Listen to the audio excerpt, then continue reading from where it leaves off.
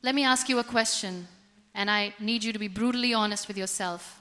When that alarm goes off in the pitch black of the morning, who is in charge? Is it you, or is it the soft, comfortable, pathetic voice whispering that you need 5 more minutes? I already know the answer. Because right now, you are losing the war before your feet even touch the floor. You have bought into the lie. The world tells you to wake up gently, to ease into your morning, to wait until you feel rested. That is a lie designed to keep you weak. It is a lie designed to keep you exactly where you are right now, unsatisfied, exhausted, and watching other people live the life you secretly want. What is it costing you? Every time you hit that snooze button, you are bleeding time, you are bleeding momentum, and worse, you are bleeding self-respect. You are looking at the day ahead and subconsciously deciding that your dreams are not worth the friction of throwing off the blankets. You are trading your future for a temporary illusion of rest. But what if I told you there is a different way? What if I told you that the secret to dominating your reality isn't found in a soft, easy routine, but in the brutal, unforgiving crucible of the first waking hour? Today, we are tearing down the excuses. We are building a fortress of discipline, brick by brick, starting from the exact second your eyes open. I am going to give you the precise, step-by-step system to take absolute control of the dawn. No more surrendering, no more negotiations. We begin with the first line of defense, the absolute non-negotiable law of the morning. You do not negotiate with the alarm clock, period. The moment that sound breaks the silence of your room, the debate is over. The negotiation is dead. You do not consult your feelings, you do not check your level of fatigue, and you absolutely do not ask yourself if you are ready. You move. Because the second you allow a conversation to start in your head, the second you ask, why do I have to get up? You have already lost. You gave the enemy the microphone. Let's talk about what is actually happening when your hand reaches out and slaps that snooze button. It is not just about catching 9 more minutes of low-quality fractured sleep. It is a psychological decay. It is a slow, silent surrender of your willpower. When you hit snooze, you are making a subconscious declaration to the universe and, more importantly, to yourself. You are saying, the comfort of this mattress is more important than my ambitions. You are admitting that your bed is better than your life. You are starting your day with a failure, a broken promise to the person you claimed you wanted to be last night. And that quiet, creeping guilt, it follows you. It stains the rest of your morning. Think of your day like a perfectly aligned row of heavy dominoes stretching out into the horizon. That first waking moment is the lead domino, the one that dictates the momentum of everything that follows. If you strike it with precision and force by waking up on command, it tips forward, crashing into the next task and the next, creating an unstoppable chain reaction of productivity and power. But if you hesitate, if you gently push it back with a snooze button, the momentum dies instantly. The chain is broken. You spend the rest of the day scrambling, trying to manually knock over the pieces, always playing catch-up, always reacting instead of commanding. Hear me clearly on this. The mind is a muscle that atrophies the exact moment you choose comfort over action. It weakens every single time you choose the path of least resistance. Discipline is not a gift you are born with. It is a callus you build. And you cannot build a callus wrapped in silk sheets. You have to expose the mind to friction. You have to prove to yourself, before the sun even rises, that your word is law. So here is the execution plan. This is exactly what you are going to do tonight to ensure victory tomorrow morning. You are going to take your phone, your alarm clock, whatever device you use, and you are going to place it on the exact opposite side of your bedroom. Do not put it on the nightstand. Do not put it within arm's reach. Force the physical act. When that alarm sounds, you must physically remove the blankets, stand on your own 2 feet, and walk across the cold floor to shut it off. By the time your hand touches that device, your physical body is already engaged. The blood is moving. The spell of sleep is broken. Your feet must hit the floor before your brain has the chance to register the cold. No hesitation, no thought, just brutal, immediate action. You conquer the first minute, and you will conquer the day. You are up. The alarm is dead. The first battle is won. But do not celebrate yet, because the war has just begun. We move immediately to the second mandate of the morning. The core rule here is absolute, uncompromising isolation. You must forge the armor of solitude. You will protect your first waking hour from the noise, the demands, and the static of the outside world. No screens, no messages, no news. Zero digital input from anyone, anywhere, for any reason. Your mind is sacred ground in those early moments. You must treat it like it. Why is this so critical? Let me tell you exactly what happens when you reach for that glowing rectangle the second your eyes open. It is a silent hijacking. The moment you unlock that screen, you are no longer living your life. You are instantly reacting to everyone else's. You are taking the pure, untouched canvas of your morning and throwing buckets of toxic paint all over it. You are inviting the world's panic, the world's anger, and other people's manufactured emergencies directly into your brain. You let an algorithm dictate your emotional state. You let an unread email spike your cortisol before you have even had a glass of water. You trade your peace for a cheap, hollow hit of dopamine. That is not just a bad habit. It is a slow, psychological surrender. You are letting them steal your focus before you even have a chance to own it. Think about the sheer insanity of this. Imagine a commander standing inside a fortified, impenetrable castle. The enemy is outside, waiting to strike. Does that commander throw open the heavy iron gates to the invading army while he is still barefoot, unarmored, and half awake? Of course not. But that is exactly what you are doing every single morning. When you check your notifications in the dark, you are opening the gates of your mind to an invading army of distractions before you have even strapped on your armor. You are letting them storm the castle without putting up a single fight. Listen to me closely. He who surrenders his attention surrenders his freedom. I need you to hear that. I need you to feel the weight of it. He who surrenders his attention surrenders his freedom. You cannot control your destiny if you cannot even control your own eyeballs for 60 minutes. So, here is your execution plan. This is the hard line you draw in the dirt today. When you walk across that room to shut off the alarm, your phone remains in airplane mode. Do not even glance at the lock screen to check the notifications. You enforce a strict, unforgiving policy of absolute zero digital contact. That device does not connect to the internet until the sun is up, until your body is engaged, and until your mind is rigidly set on your own terms. You use this hour of silence to read, to think, to breathe, to simply exist in a state of absolute control. You build the armor first. You do not let the world inside your head until you are fully equipped to dominate it. Now that you have secured the perimeter of your mind, now that the silence is absolute, what do you do with it?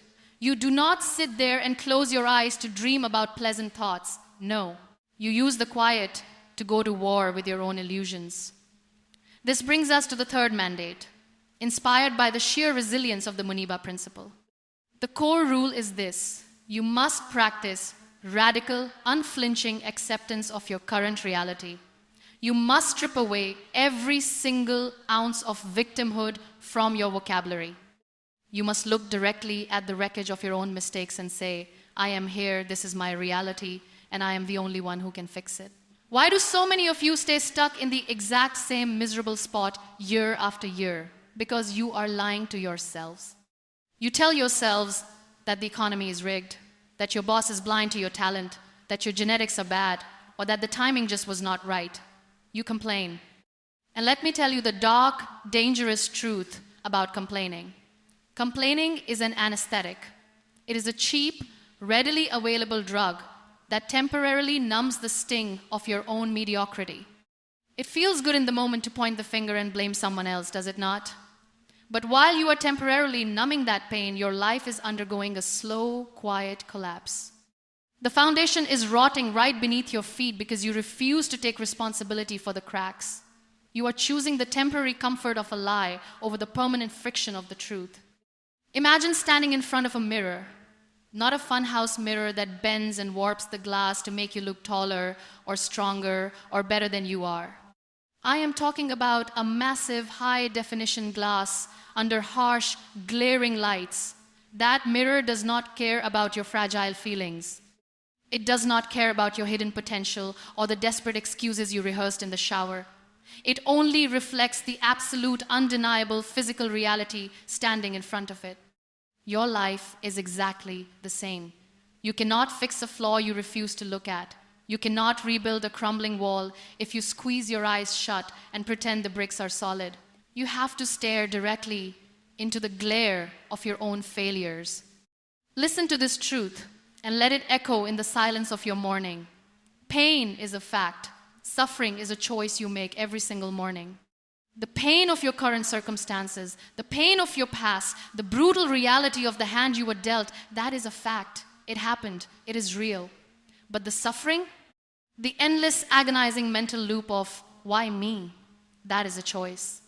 You are choosing to suffer because you refuse to accept the pain, pick up the heavy weight, and move forward. So here is your execution plan for this morning. You are going to sit down at a hard desk with a blank piece of paper and a pen. Not a keyboard, a pen. You are going to write down the exact brutal reality of your current situation. Ink on paper. Are you broke? Write it down. Are you undisciplined and out of shape? Write it down. Are you failing to lead your own life? Write it down. Stop hiding behind soft, comfortable words. You must name the demon. Because the second you drag that demon out of the dark and force it onto paper, it stops being a monster hiding in the shadows. It becomes a tactical problem to be solved. No more hiding, no more illusions. Just the brutal, liberating truth. You have confronted your reality on paper. The illusions are dead. Your mind is locked in. But your physical vessel, it is still dragging. It is still heavy, pulling you backwards, soaked in the residue of sleep. This is where we initiate the fourth mandate. You must violently shock the flesh to command the mind. You cannot expect a sharp, dominant intellect to operate inside a sluggish, unresponsive physical shell. The human body will always seek comfort. It will always crave the path of least exertion.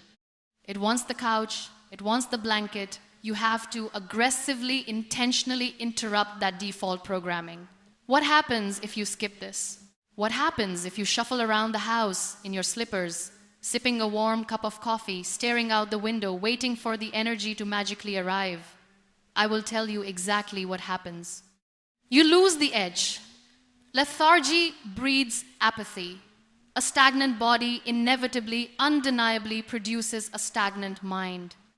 When you allow your physical form to remain passive in those crucial early hours, you are sending a loud, clear signal to your nervous system that today does not matter. You are telling your brain that there are no threats, no challenges, no urgency. The slow, gentle morning routine is a trap. It is a comforting lie.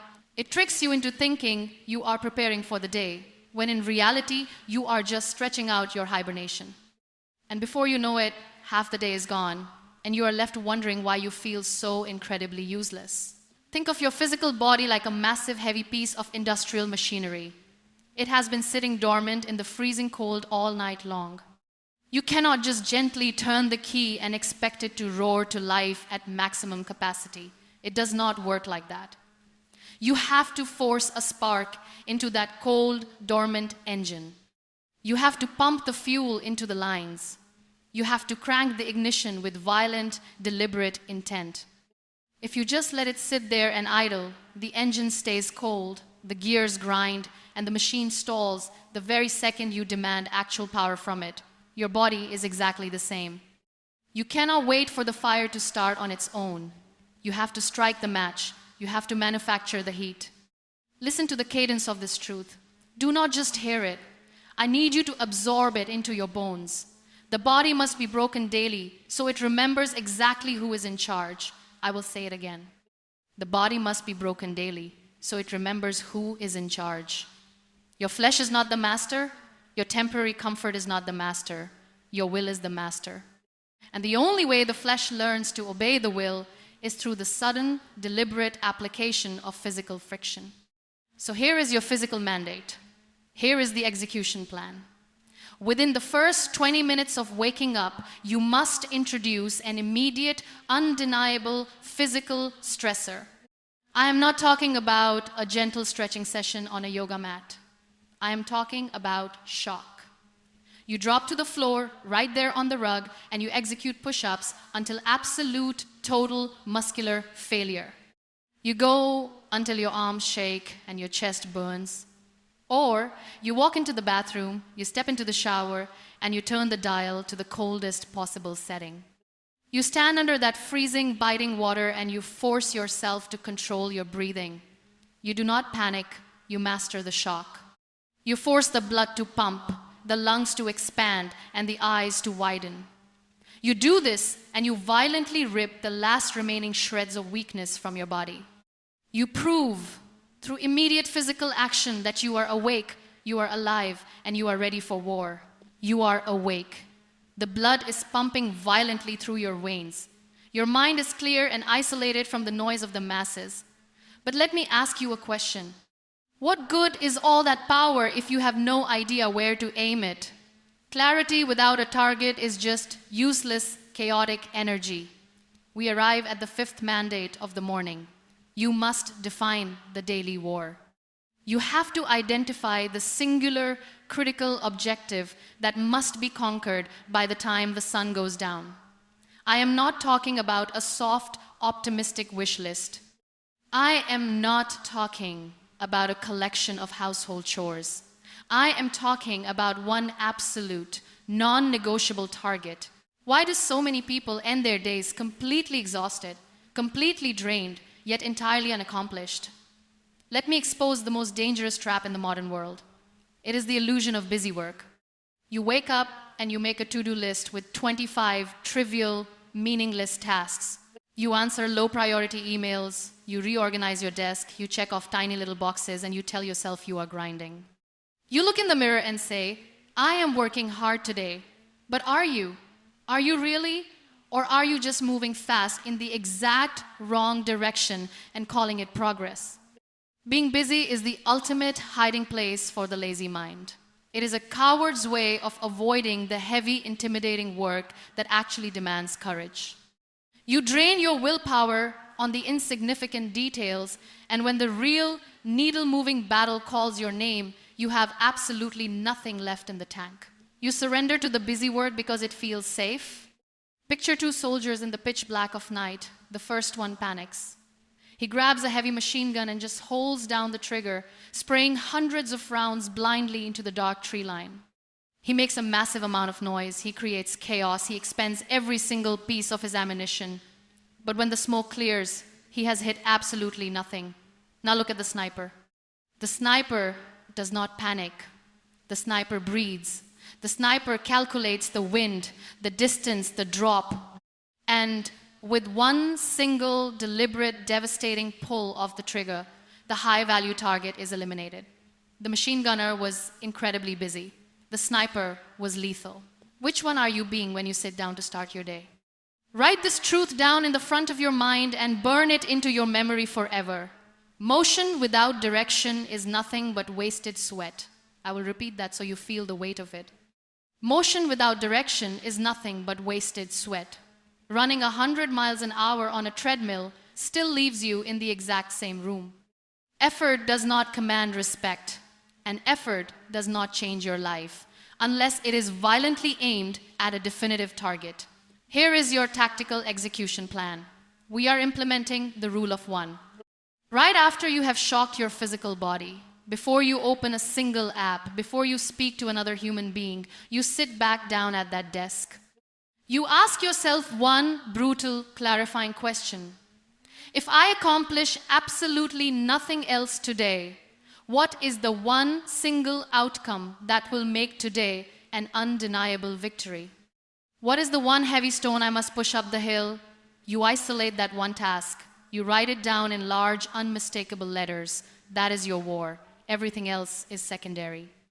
If the rest of the world catches fire, if your schedule completely collapses, you defend that one objective with everything you have. You do not retreat until the sniper takes the shot. You have your target. You know exactly what you are hunting today. But here is the fatal mistake most of you are about to make. You are going to walk out your front door with naive, blind optimism.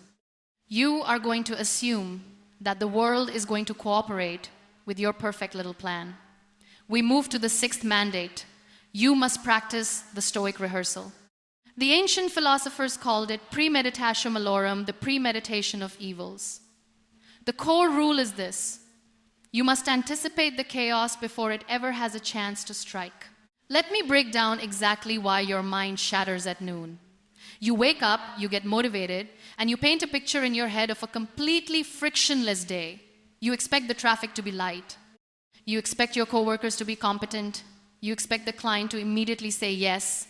And what happens? The exact second reality does not match your perfect fragile picture. You break.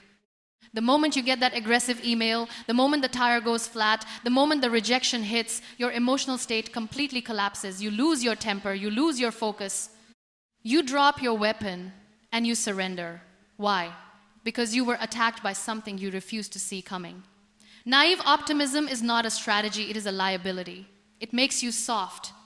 It makes you incredibly vulnerable to the normal, everyday friction of human existence. Think about the mindset of a decorated military general preparing for a critical mission. Does that general sit in the command tent and draw up plans for a parade? Does he map out the route assuming the sun will be shining and the enemy will just lay down their weapons and cheer? Absolutely not.